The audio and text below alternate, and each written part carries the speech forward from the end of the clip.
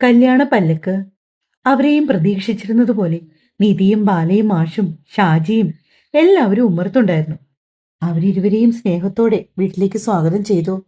അകത്തേക്ക് കയറി വന്നപ്പോൾ തന്നെ ജ്യൂസുമായി ജയന്തി അവിടേക്ക് വന്നു. പിന്നീട് കുറച്ചധിക സമയം വീട്ടിലെ വിശേഷങ്ങളൊക്കെ പറഞ്ഞിരുന്ന ശേഷം എല്ലാവരും ഒന്നിച്ച് ഊണൊക്കെ കഴിച്ചു. ഗായത്രിയൊക്കെ വരുന്നത് പ്രമാണിച്ച് ജയന്തിയും ശ്യാമളയും സദ്യ തന്നെയായിരുന്നു അവർക്ക് വേണ്ടി ഒരുക്കിയത്. ഉച്ചയൂണ് കഴിച്ച ക്ഷീണത്തിൽ എല്ലാവരും അവരവരുടെ മുറികളിൽ കിടക്കുകയായിരുന്നു. ഗായത്രിയും മഹേഷും മുകളിലുള്ള ഗായത്രിയുടെ മുറിയിലാണ്. ഇടയ്ക്കിടയ്ക്ക് ഗായത്രിയുടെ കണ്ണുകൾ ജനലിലൂടെ പുറത്തേക്ക് നീളുന്നുണ്ട്. മറ്റൊന്നും കൊണ്ടല്ല, നിധിയും ബാലയും മുറ്റത്ത് തന്നെ നിൽപ്പുണ്ട്. അവർ ഗായത്രിയെ കൈകാട്ടി വിളിക്കുന്നുണ്ട്. മഹേഷ് ചെറുതായി ഉറക്കം പിടിച്ചു എന്ന് മനസ്സിലായതും ഗായത്രി പതിയെ വാതിൽ തുറന്ന് പുറത്തേക്ക് ഇറങ്ങാൻ തുടങ്ങിയതും പിന്നിൽ നിന്ന് മഹേഷിന്റെ വിളി വന്നതും ഒരുമിച്ചായിരുന്നു. ഗായത്രി ഞെട്ടലോടെ അവരെ തന്നെ നോക്കി. എന്താ മഹേഷേട്ടാ, താൻ എവിടെ പോകുന്നു? പെട്ടെന്ന് മഹേഷ് ചോദിച്ചപ്പോ എന്തു മറുപടി നൽകണം എന്നറിയാതെ നിന്നു അവൾ. അത് നിധിയും മലയും താഴെ നിൽക്കുന്നുണ്ട്, ഞാൻ അവർക്കടുത്തേക്ക്. ഗായത്രി ചെറുവിക്കലോടെ പറഞ്ഞതും മഹേഷിന്റെ ചുണ്ടിലൊരു പുഞ്ചിരി വിടർന്നു. അതെ, പോകുന്നതൊക്കെ കൊള്ളാം, പക്ഷെ പണ്ടത്തെ പോലെ മരത്തിലൊന്നും വലിഞ്ഞു കയറി താഴെ വീണേക്കരുത്. മഹേഷ് അവളെ കളിയാക്കും പോലെ പറഞ്ഞതും ഗായത്രി ചെറിയ ചമ്മലോടെ പെട്ടെന്ന് പുറത്തേക്കിറങ്ങി ഭിത്തിയിൽ ചാരി നിന്നു. മഹേഷിന്റെ മുൻപിലേ ഉള്ളൂ തനിക്ക് ഈ വിക്കും വിറയിലും ഗായത്രി ഓർത്തു. മഹേഷിന്റെ ചിരിച്ച മുഖം കാണുമ്പോൾ സത്യം പറഞ്ഞാല് അവനോട് പറയാൻ ഉദ്ദേശിച്ച കാര്യങ്ങൾ പോലും താൻ മറന്നുപോകും. അവന്റെ സാമീപ്യം അറിയുമ്പോൾ ഹൃദയമിടിപ്പ് കൂടും. ഗായത്രി ഓർത്തു. ഏറെ നേരമായിട്ടും ഗായത്രിയെ താഴേക്ക് കാണാതായതോടെ അവളെ തിരിഞ്ഞ് മുകളിലേക്ക് കയറി വന്ന ബാലയും നിധിയും കാണുന്നത് റൂമിന്റെ ഭിത്തിയിൽ ചാരി നിന്നുകൊണ്ട് ശ്വാസമടക്കാൻ ശ്രമിക്കുന്ന ഗായത്രിയാണ്. ഒരു നിമിഷം അവരിരുവരും പരസ്പരം മുഖത്തോട് മുഖം നോക്കി. പിന്നെ നേരെ നോക്കിയത് ഗായത്രിയാണ്. അതേ സമയം തന്നെയാണ് അവളുടെ നോട്ടം അവരിലേക്കും വീണത്. പെട്ടെന്ന് തന്നെ ഗായത്രി ഒന്നും അറിയാത്തതുപോലെ അവർക്കടുത്തേക്ക് നടന്നു. എന്തു പറ്റി ഗായു? അത് ചോദിക്കുമ്പോൾ നിധിയുടെ മുഖത്ത് ഒരു കള്ളച്ചിരിയുണ്ട്. ഗായത്രി മിണ്ടാതെ നിൽക്കുന്ന കണ്ടതും നിധി വീണ്ടും സംസാരിച്ചു തുടങ്ങി. എന്താ, നിനക്ക് ശ്വാസം എടുക്കാൻ എന്തെങ്കിലും ബുദ്ധിമുട്ടുണ്ടോ? പെട്ടെന്ന് നിധി മുഖത്ത് സ്വാഭാവികത വരുത്തി ചോദിച്ചതും ഗായത്രിയുടെ മിഴികൾ കൂർത്തു. കാര്യം ഗായത്രിക്ക് മനസ്സിലായി. നിധി ഏതർത്ഥത്തിലാണ് അത് ചോദിച്ചതെന്ന്. ഇവർ തന്നെ തെറ്റിദ്ധരിച്ചിരിക്കുകയാണല്ലോ എന്ന് ഗായത്രി ഓർത്തു. പക്ഷെ ഇവളോട് പറഞ്ഞു മനസ്സിലാക്കാൻ ചെന്നാൽ കാര്യങ്ങൾ അതിലും കൂടുതൽ കോംപ്ലിക്കേറ്റഡ് ആകും എന്നറിയാവുന്നതുകൊണ്ട് ഗായത്രി മുഖത്ത് സ്വതവേയുള്ള പുഞ്ചിരിയോടെ തന്നെ അവർക്കടുത്തേക്ക് ചെന്നു. നമുക്ക് താഴേക്ക് പോയാലോ? എത്ര ദിവസമായി പറമ്പിലൊക്കെ ഒന്ന് പോയിട്ട്. വാ, പുതുതായിട്ട് ഏതെങ്കിലും മാവോ ചാമ്പയോ കായ്ച്ചോ നോക്കാം. അതും പറഞ്ഞ് ഗായത്രി നടക്കാൻ തുടങ്ങിയതും ബാല അവളുടെ കൈക്ക് പിടിച്ച് നിർത്തി. എന്റെ ഗായു, നിന്റെ ഒരു കാര്യം. എടി പെണ്ണെ, നീ ഇപ്പോ ഒരു ഭാര്യയാ. ഇനി പണ്ടത്തെ പോലെ മരത്തിലൊന്നും കയറി നടക്കരുത്. ചിലപ്പോ അതൊക്കെ ആ ചേട്ടന് ഇഷ്ടായില്ലെങ്കിലോ? ബാല പക്വതയുള്ള ഒരാളെ പോലെ സംസാരിച്ചു. എന്തിനാ ചേട്ടന്റെ ഇഷ്ടം നോക്കാൻ നിൽക്കുന്നത്? ഞാൻ എന്റെ ഇഷ്ടം നോക്കിയാ പോരെ, നീ ഇങ്ങോട്ട് വാ പെണ്ണേ. അതും പറഞ്ഞ് ഗായു ബാലയുടെയും നിധിയുടെയും കൈപിടിച്ചു വലിച്ചുകൊണ്ട് താഴേക്ക് നടന്നു. പതിവ് പോലെ മൂന്നും കൂടെ തോളിൽ കൈയിട്ട് പറമ്പിലേക്ക് ഇറങ്ങി. അവരുടെ ആ പോക്ക് ജയന്തി ഉമ്മർപ്പടിയിൽ നിന്ന് കാണുന്നുണ്ടായിരുന്നു. ബാലേ, ജയന്തി ഉറക്ക വിളിച്ചു. നിങ്ങളിത് എങ്ങോട്ടായി പോന്നേ? അതും ഈ നട്ടുച്ച നേരത്ത്. ഓ, അമ്മ കണ്ടോ? നിധി തിരിഞ്ഞു നോക്കാതെ തന്നെ മനസ്സിൽ പിറുപിറുത്തുകൊണ്ട് മുഖത്ത് നിഷ്കളങ്കത വരുത്തി ജയന്തിയെ നോക്കി. അമ്മേ, ഞങ്ങൾ വെറുതെ പറമ്പിലൂടൊന്ന് നടന്നിട്ട് പെട്ടെന്ന് വരാം. ദേ പെണ്ണെ, മഴ പെയ്ത് ആ പുഴയും മൊത്തം വെള്ളം കയറി കിടക്കുക. അങ്ങോട്ടൊന്നും പോയേക്കരുത്. നിങ്ങളോടൊന്നും പറഞ്ഞിട്ട് കാര്യമില്ല. ബാലെ, നീ വേണം ശ്രദ്ധിക്കാൻ. ഈ രണ്ടെണ്ണത്തിനും ബെല്ലും ബ്രേക്കും ഇല്ലാതെ നടക്കുക. ഇവളുമാർ വേണമെങ്കിൽ പുഴയിൽ ഇറങ്ങാനും നീന്താനും ഒക്കെ ശ്രമിക്കും. പണ്ടത്തെ പോലെയല്ല, പറമ്പിന്റെ അറ്റത്ത് വരെ വെള്ളം കയറിയെന്നാ കഴിഞ്ഞ ദിവസം കണാരൻ ചേട്ടൻ തേങ്ങയിടാൻ പോയപ്പോ പറഞ്ഞത്. അതുകൊണ്ട് സൂക്ഷിച്ചോണം. എന്തെങ്കിലും ഒപ്പിച്ചു വെച്ച് കഴിഞ്ഞാൽ എന്നെ അറിയാലോ നിനക്ക്. അവസാന വാക്കുപോലെ ജയന്തി അത് പറഞ്ഞതും ബാല അവരെ നോക്കി തലകുലുക്കിക്കൊണ്ട് ഗായത്രിക്കും നിധിക്കും ഇടയിലേക്ക് കയറി നിന്നു. ഒരു കൈയിൽ ഗായത്രിയെയും മറുകൈയിൽ നിധിയെയും പിടിച്ചുകൊണ്ട് പതുക്കെ മുന്നോട്ട് നടന്നു. കുറച്ചൽപ്പം മുന്നോട്ട് നടന്ന് ജയന്തിയുടെ ശ്രദ്ധ തങ്ങളിൽ നിന്നും മാറിയെന്ന് കണ്ടതും ഗായത്രിയും നിധിയും ഒരുപോലെ ആ കൈ കുടഞ്ഞെറിഞ്ഞു. അയ്യടാ, ഞങ്ങളെന്താ സ്കൂളിൽ പഠിക്കുന്ന കൊച്ചു പിള്ളേരാ? ഞങ്ങൾക്കറിയാം ഞങ്ങളെ ശ്രദ്ധിക്കാൻ. അതും പറഞ്ഞ് ഗായത്രി മുന്നേ നടന്നു. നിധി അവൾക്ക് പിന്നാലെയും, ബാല ഏറ്റവും പുറകിലും. ബാലയ്ക്ക് ചിരി വരുന്നുണ്ടായിരുന്നു ഗായത്രിയുടെ ആ പ്രവൃത്തിയും നടപ്പും ഭാവവും ഒക്കെ കണ്ടിട്ട്. ഗായു, നീ ആ ചേട്ടന്റെ വീട്ടിലെ വിശേഷമൊന്നും പറഞ്ഞില്ലല്ലോ. എങ്ങനെയുണ്ട് അവിടെ ഉള്ളവരൊക്കെ? നിധി ഗായത്രിയെ പിടിച്ചു നിർത്തി. എല്ലാവരും നല്ല പാവമാ, എന്നോട് വലിയ സ്നേഹ. ഓ, അതേതായാലും നന്നായി. അതോടത്ത് എനിക്കൊരു ടെൻഷനായിരുന്നു. നിധി ആരോടെന്നല്ലാതെ പറഞ്ഞുകൊണ്ട് ഒളിഞ്ഞു വീഴാറായ മതിലിന്റെ തിട്ടയിലേക്ക് ചാടിക്കേറിയിരുന്നു. പറമ്പിന്റെ അതിർവഴി മതിൽ കെട്ടിയിട്ടുണ്ട്. അവൾക്ക് തൊട്ടപ്പുറത്തായി ഗായത്രിയും കയറിയിരുന്നു. ബാല വെറുതെ മതിലിൽ ചാരി നിന്നതേ ഉള്ളൂ. ഗായു, നമ്മുടെ പനിനീർച്ചാമ്പയില്ലേ, അതിൽ കായം ഉണ്ടായി. നിന്നോട് ഞാൻ പറയാൻ വിട്ടുപോയതാ. നിധി എന്തോ വലിയൊരു നിധി കണ്ടുപിടിച്ചതുപോലെ ഗായത്രിയുടെ അടുത്തു നിന്ന് പറഞ്ഞു. ഛേ, നീ എന്നിട്ട് ഇപ്പോഴാണോ പറയുന്നത്? വാ, അങ്ങോട്ട് പോകാം. അതും പറഞ്ഞ് മതിലിൽ കയറിയിരുന്നവൾ നേരെ താഴോട്ട് ചാടി. പിന്നാലെ നിധിയും. മൂന്നും കൂടി നേരെ പോയത് പനിനീർച്ചാമ്പയ്ക്ക് അടുത്തേക്കാണ്. എടീ, ഇത് നിറച്ചു കായ്ച്ചല്ലോ. ഞാൻ പോയിട്ട് അതിന് 3-4 ദിവസമല്ലേ ആയുള്ളൂ. എന്റെ മോളെ, ഇത് കുറച്ച് ദിവസങ്ങളായി പൂത്തിട്ട്. നമ്മളതിന് എത്ര നാളായി പറമ്പിലോട്ട് നിന്നിട്ട്. നിന്റെ കൈ ഒടിഞ്ഞ ശേഷം നമ്മൾ ഈ വഴി വന്നതേയില്ല. ചിലപ്പോ അന്നെങ്ങാനും പൂത്തതായിരിക്കും. അല്ലെങ്കിൽ പിന്നെ വിളഞ്ഞ പാകമായിട്ട് ഈ കായ്കൾ ഇങ്ങനെ നിൽക്കുവോ? നിധി പറഞ്ഞു.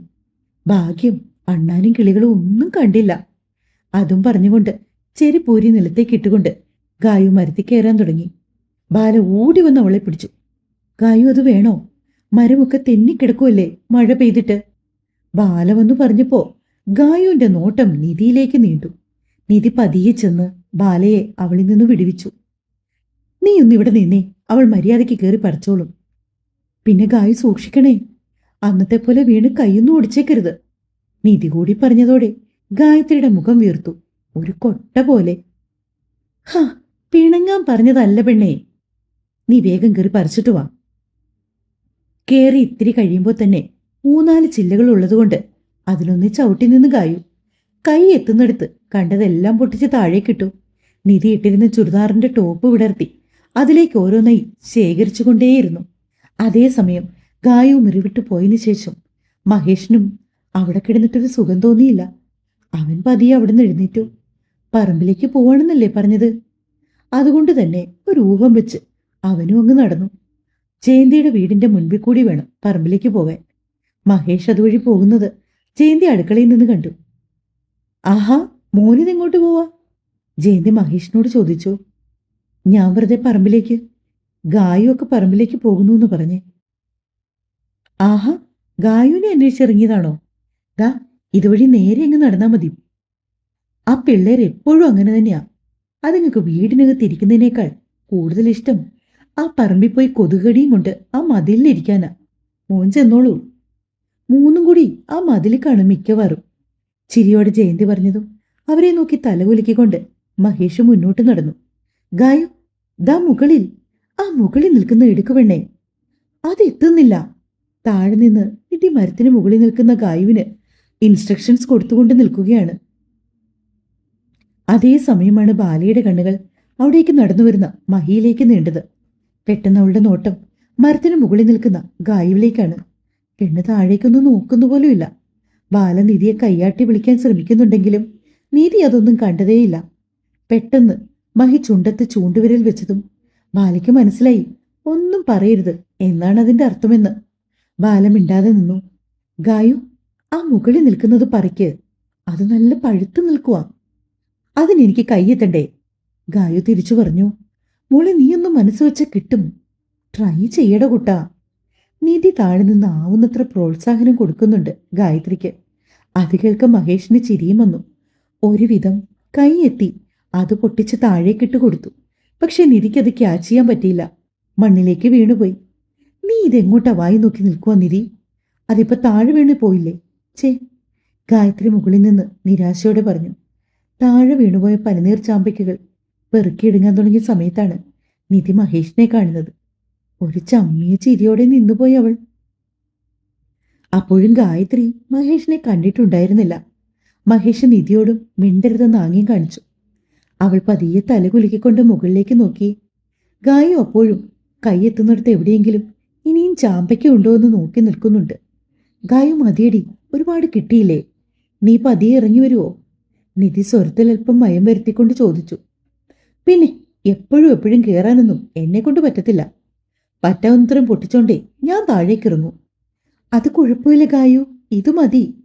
മഹേഷ് അടുത്ത് നിൽക്കുന്നത് കൊണ്ട് ഗായത്രിയെ ഏതു വിധേനയും താഴെ ഇറക്കണമെന്ന ഉദ്ദേശത്തോടെയാണ് നിധി പറയുന്നത്. ഗായത്രി ആണെങ്കിൽ മഹേഷിനെ കാണാത്തതുകൊണ്ട് തന്നെ വല്ലാത്തൊരു വാശിപ്പുറത്ത് മരത്തിന് മുകളിൽ തന്നെ നിന്നു. അതും ഉടുത്തിരുന്ന നീളൻ പാവാട മുട്ടിന് മുകളിൽ വെച്ച് മടക്കിക്കുത്തിയാണ് അവളുടെ നിൽപ്പ്. താഴെ ഇറങ്ങിയ ഗായു തന്നെ ശരിയാക്കും. നിധിക്ക് മനസ്സിലായി. മറ്റൊന്നും കൊണ്ടല്ല, മഹേഷ് വന്നിട്ട് ഒരു ചെറിയ സിഗ്നൽ പോലും കൊടുക്കാത്തതിന്റെ പേര്. എന്നാൽ അവൾ താഴെ ഇറങ്ങും മുമ്പ് മഹേഷ് വന്നെന്ന് അവളെ വിളിച്ചറിയിച്ചാൽ മിക്കവാറും മഹേഷ് തന്നെ ശരിയാക്കും. നിധി എന്ത് ചെയ്യണമെന്നറിയാത്ത അവസ്ഥയിൽ നിന്ന് ഒരുവിധം ബാലയും നിധിയും ചേർന്ന് പതിയെ ഗായുവിനെ താഴെ ഇറക്കി. താഴെ ഇറങ്ങിയിട്ടും അവൾ പാവാടയുടെ കുത്തൊന്നും അഴിക്കാതെ അതേ നിൽപ്പ് നിന്നു. മഹേഷിന്റെ മിഴികൾ അവളുടെ വെളുത്ത കാൽപാദത്തിലേക്കും കണങ്കാലിൽ ചുറ്റിപ്പിടിഞ്ഞു കിടക്കുന്ന സ്വർണ്ണ പാദസരത്തിലേക്കും നീണ്ടു. മുടിയൊക്കെ വട്ടത്തിൽ ഉയർത്തി കെട്ടിവെച്ച് കൈമുട്ടപ്പം വരെയുള്ള ടോപ്പ് ചുരുട്ടി മുകളിലേക്ക് കയറ്റി നിൽക്കുന്ന ഗായു. അവനത്ര പരിചയമില്ലാത്ത ഒരു രൂപമായിരുന്നു അത്. മഹേഷിന്റെ വീട്ടിലായിരുന്നപ്പോൾ എപ്പോഴും ധാവണിയോ സെറ്റുമുണ്ടോ മാത്രം ഉടുത്തേ അവൻ അവളെ കണ്ടിട്ടുള്ളൂ. എവിടെ ചാമ്പയ്ക്ക് എവിടെ? ഗായു നിധിയോട് ചോദിച്ചു. ബാലയുടെ പാൻറിന്റെ പോക്കറ്റിൽ നിന്ന് ഓരോന്നായി നിധി ഗായുവിന്റെ കയ്യിൽ കൊടുത്തു. അതേ സമയം തന്നെയാണ് ഗായു ഒരു കണ്ണാലെ മഹേഷിനെ കണ്ടത്. മതിലിൽ ചാരി കൈയും കെട്ടി ഒരു ചിരിയോടെ അവളെ തന്നെ നോക്കി നിൽക്കുകയാണ് മഹേഷ്. ഗായുവിന് വല്ലാത്ത ചമ്മൽ തോന്നി. അവൻ പ്രത്യേകം പറഞ്ഞാണ് വിട്ടത് മരത്തിൽ കയറരുതെന്ന്. ഈശ്വര, മിക്കവാറും മഹേഷ് വന്നിട്ട് കുറച്ചധികം സമയമായിട്ടുണ്ടാകും. അവന്റെ ആ നിൽപ്പും അർത്ഥം വെച്ചുള്ള ചിരിയും കണ്ടാൽ തന്നെ അത് മനസ്സിലാകും. ഗായു രൂക്ഷമായി നിധിയെ ബാലയെ നോക്കി. നിധി ഗായുവിനെ കണ്ണു കാണിക്കുന്നുണ്ട് പാവഴയുടെ കെട്ടഴിച്ചിടാൻ. ഗായുവിനത് മനസ്സിലായില്ല. ഗായു ദയനീയതയോടെ മഹേഷിനെ നോക്കി. പെട്ടെന്നാണ് അവൾക്ക് ഓർമ്മ വന്നത് പാവാട മടക്കി കുത്തി വെച്ചത്. ഒരു ചെറിയ പരിങ്ങലോടെ അവൾ പെട്ടെന്ന് തന്നെ പാവാട അഴിച്ച് താഴേക്കിട്ടു. മുഖത്തെ ചമ്മൽ മറച്ചു വെച്ചുകൊണ്ട് കയ്യിലിരുന്ന ചാമ്പക്കുകളുമായി മഹേഷിന്റെ അടുത്തേക്ക് വന്നു. ഇരു കൈയിലും ചാമ്പയ്ക്കാൻ നിറച്ചു പിടിച്ച് അവനെ നേർക്ക് നീട്ടി. അവൻ അതിൽ നിന്ന് ഒരെണ്ണം എടുത്തു. അതുവിന്റെ മഹേഷേട്ടാ, ഇവരൊക്കെ നിർബന്ധിച്ചപ്പോൾ ഞാൻ കയറിയതാ. ഗായു ക്ഷമാപണം പോലെ പറഞ്ഞു. വിശ്വാസം വരാതെ ഗായുവിനെ തന്നെ കണ്ണും തള്ളി നോക്കി നിൽക്കുവാണ് ബാലയും നിധിയും. പെട്ടെന്ന് തന്നെ നിധി സടകുടഞ്ഞ് എഴുന്നേറ്റുകൊണ്ട് മഹേഷിന്റെ അടുത്തേക്ക് വന്നു. അയ്യോ, അങ്ങനല്ല ചേട്ടാ, സത്യം ഞാൻ പറഞ്ഞു തരാം. ഗായു നിധിയെ കണ്ണു കാണിക്കുന്നുണ്ട്. പക്ഷെ അവളാണെങ്കിൽ അതൊന്നും കാണുന്നതേയില്ല. ഞങ്ങൾ ഇവളോട് ആകുന്ന പറഞ്ഞതാ മരത്തിൽ കയറരുതെന്ന്. തെന്നിക്കിടക്കുവെന്നും പറഞ്ഞു. അപ്പൊ ഇവക്കായിരുന്നു നിർബന്ധം, കയറിയേ പറ്റൂന്ന്. ഗായത്രി നിധിയെ രൂക്ഷമായി നോക്കുന്നുണ്ട്. അവളുടെ നോട്ടവും നിൽപ്പും കാണിക്കെ മഹേഷിന് ചിരി അടക്കിപ്പിടിക്കാൻ കഴിഞ്ഞില്ല. അറിയാതെ പൊട്ടിച്ചിരിച്ചുപോയി അവൻ. അതുകൂടി കണ്ടതോടെ ഗായു കള്ള പരിഭവത്തിൽ മുഖം വീർപ്പിച്ച് ആരെയും ശ്രദ്ധിക്കാതെ മുന്നോട്ട് നടന്നു. ബാലയും നിധിയും അവിടെ നിൽക്കുന്നുണ്ടെന്ന് പോലും ഓർക്കാതെ മഹേഷ് ഓടിച്ചെന്ന് അവളുടെ കൈക്ക് പിടിച്ചു. ശേ, ഗായു അപ്പോഴേക്കും പിണങ്ങിയോ? അവരൊരു തമാശ പറഞ്ഞതല്ലേ. സത്യത്തിൽ ഞാനാ പറഞ്ഞത് ഞാൻ വന്ന കാര്യം ഗായുവിനോട് പറയണ്ടെന്ന്. ശരിക്കും? അത്രയും നേരം മുഖത്തുണ്ടായിരുന്ന പരിഭവമെല്ലാം മാറ്റിവെച്ച് ഗായു അവനെ നോക്കി ചോദിച്ചു. സത്യം. മഹേഷ് ചെറിയ കുട്ടികളോട് പറയും പോലെയാണ് ഗായുവിനോട് സംസാരിക്കുന്നത്. നിധിയും ബാലയും അത് പ്രത്യേകം ശ്രദ്ധിച്ചു. മഹേഷിട്ടാ, പറമ്പിന്റെ അതിരിൽ ഒരു വലിയ പുഴയുണ്ട്, വാ, വെള്ളം കയറി കിടക്കുക, പോയി ഒന്ന് കണ്ടിട്ട് വരാം. ഗായു അതും പറഞ്ഞ് മറ്റൊന്നും ചിന്തിക്കാതെ മഹേഷിന്റെ കയ്യിൽ പിടിച്ചുകൊണ്ട് മുന്നോട്ട് നടന്നു. അവർക്ക് മുന്നേ നിധിയും ബാലയും നടന്നു കഴിഞ്ഞിരുന്ന അവിടേക്ക്. പെട്ടെന്നാണ് ഗായത്രിക്ക് താൻ എന്താണ് ചെയ്തതെന്ന് ഓർമ്മ വന്നത്. പതിയെ ഗായു മഹേഷിന്റെ കയ്യിലെ പിടുത്തം വിട്ടതും മഹേഷ് അവളുടെ കയ്യിലേക്ക് പിടിച്ചു. അവന്റെ നോട്ടം നേരിടാനാവാതെ ഗായത്രിയുടെ മിഴികൾ താഴ്ന്നു. മുഖം ചുവന്നു. അവർ പുഴയ്ക്കരികിലേക്ക് നടന്നു. ജയന്തി പറഞ്ഞതുപോലെ പുഴയിൽ നല്ല രീതിയിൽ വെള്ളം പൊങ്ങിയിട്ടുണ്ട്. പറമ്പിന്റെ അതിരിലെ മതിലും ഭേദിച്ച് വെള്ളം ചെറുതായി അകത്തേക്ക് കയറാൻ തുടങ്ങി. നല്ല ഭംഗിയുണ്ടല്ലേ? പുഴയിലേക്ക് തന്നെ കണ്ണെടുക്കാതെ നോക്കി നിൽക്കുന്ന മഹേഷിനെ നോക്കി ഗായു ചോദിച്ചു. പെട്ടെന്ന് മഹേഷിന്റെ നോട്ടം അവളിലേക്കായി. അവന്റെ മിഴികൾ അവളുടെ മുഖത്താകമാനം ഓടി നടന്നു. അവളുടെ മുഖം മനസ്സിൽ കണ്ടുകൊണ്ടാണ് അവൻ മറുപടി പറഞ്ഞത്. നല്ല ഭംഗിയുണ്ട്. ഗായുവിന്റെ മുഖം പിന്നെയും ചുവന്നു. പെട്ടെന്ന് മഹേഷ് അത് പറഞ്ഞതും അത്രയും നേരം അവന്റെ കയ്യിൽ പിടിച്ചു വച്ചിരുന്ന തന്റെ കൈ മോചിപ്പിച്ച് അവനിൽ നിന്നും അകന്നു മാറാൻ ശ്രമിച്ചു. പക്ഷെ അവനാണെങ്കിൽ കൂടുതൽ മുറുക്കത്തിൽ അവളുടെ കയ്യിലേക്ക് കൈ ചേർത്തതും ഗായത്രി നിസ്സഹായായി നിന്നു. പെട്ടെന്നാണ് ബാലയും നിധിയും അവിടെ ഉണ്ടെന്നുള്ള കാര്യം അവർക്ക് ഓർമ്മ വന്നത്. അവൾ മറ്റൊന്നും ചിന്തിക്കാതെ മഹേഷിന്റെ കയ്യിൽ നിന്നും തന്റെ കൈ ശക്തിയായി വലിച്ചെടുത്ത് ബാലയ്ക്കും നിധിക്കും അരികിലേക്ക് ചെന്നു. അവർക്കിടയിൽ ചെന്ന് നിന്നെങ്കിലും ഗായത്രിയുടെ നോട്ടം ഇടയ്ക്കിടയ്ക്ക് പാളി മഹേഷിലേക്ക് നീളുന്നുണ്ട്. അവളുടെ നോട്ടവും ചിരിയും കാണിക്കെ മഹേഷിന് വല്ലാത്തൊരു സന്തോഷം തോന്നി. തുടരും. കഥ വായിച്ചിട്ട് ഇഷ്ടമായെങ്കിൽ സപ്പോർട്ട് തരാൻ മറക്കല്ലേ.